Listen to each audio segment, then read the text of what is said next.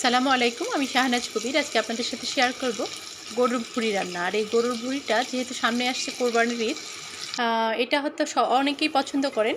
আর আমি যেভাবে রান্না করি, প্রথমে আমি গরুর ভুঁড়িটাকে ভালো করে ধুয়ে নিয়েছি।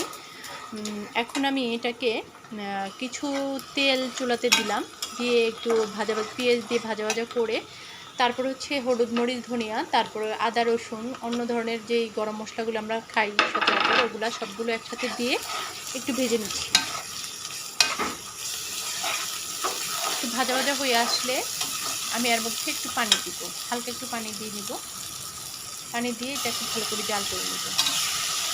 হ্যাঁ, এখন আমি দেখেন আমার এই তেলটা ভেসে এসছে, উপরে চলে এসছে। এখন আমি এর মধ্যে আরেকটু নাড়াচাড়া দিয়ে গরুর ভুঁড়িটাকে দিয়ে দিব। আবার একটু নেড়ে নিচ্ছি।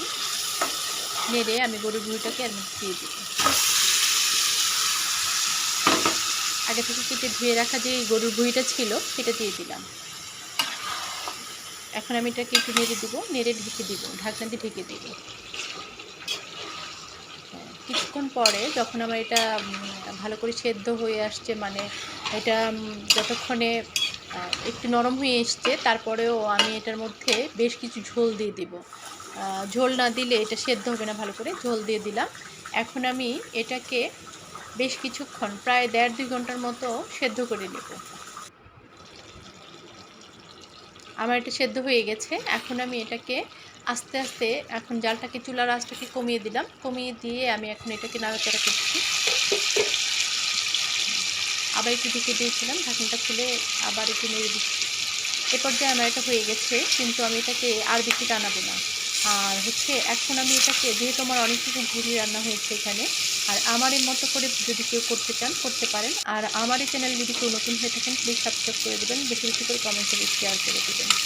আর আমি এটাকে এই পর্যায়ে নামিয়ে ফেলবো। নামিয়ে ফেলে যতটুকু ভুঁড়ি প্রয়োজন, বেশি করে ভুঁড়িটুকু আলাদা করে নিয়ে আমি একটা ফ্রাই প্যানে এটা একটু ভেজে নেব, তাহলে হচ্ছে লাল লাল হয়ে যাবে।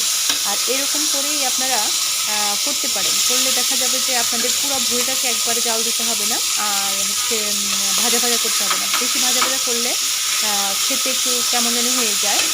সেজন্য আমি অল্প করে এখানে ভেজে নিচ্ছি। আর এরকম করে ভেজে আপনারা খেতে পারেন। ধন্যবাদ সকলকে। আসসালামু আলাইকুম।